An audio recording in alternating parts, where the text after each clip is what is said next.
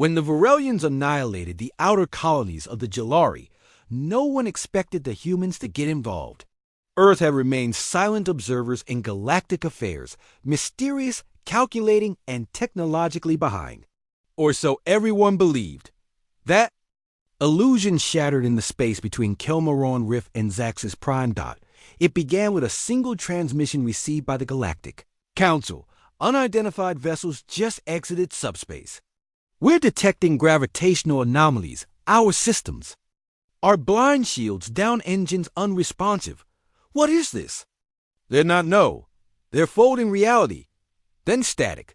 3 Varelian warfleets, armed with neutron lances and void torpedoes, gone within 4.6 seconds. No survivors. No wreckage. Only a smooth sphere of space where physics had twisted. Council convened an emergency session at Orbital Unity 9, where 72 species, each believing they were the apex of civilization, sat in confusion, fear, and outrage. The representative of the Jellari, Ambassador Threx, stood trembling, his voice like grinding glass. They weren't supposed to have anything like that. Humans were barely warped here. What did we miss? The Zarnax Enclave's high mind responded coldly. Dark matter manipulation is Class 5 technology. It should be impossible for a Tier 2 civilization. High Chancellor Rule of the Galactic Corps spoke next, tone sharp. 3 Varelian fleets vaporized. All AI systems failed. Space-time bent around them like origami. Who has the authority to build such warships in secret? Then, the screen at the chamber center flickered. A human appeared. He was old, gray-bearded, with a simple Terran naval uniform. Behind him, the stars warped subtly, as if even the void bent to him. "I'm Admiral Jacob Trask," he said calmly. "You wanted answers. Here's one. Earth remembers everything." A silence followed. Rule leaned forward.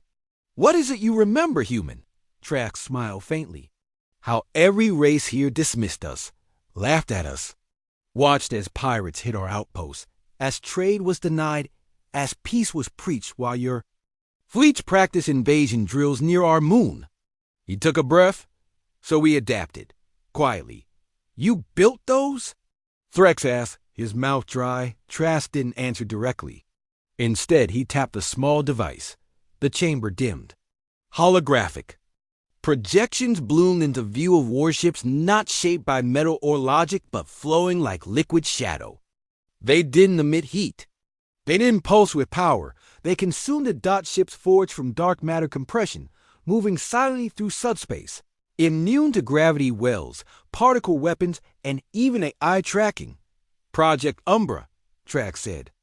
"Built in the Urk cloud, engineered using knowledge we recovered from other dimensions."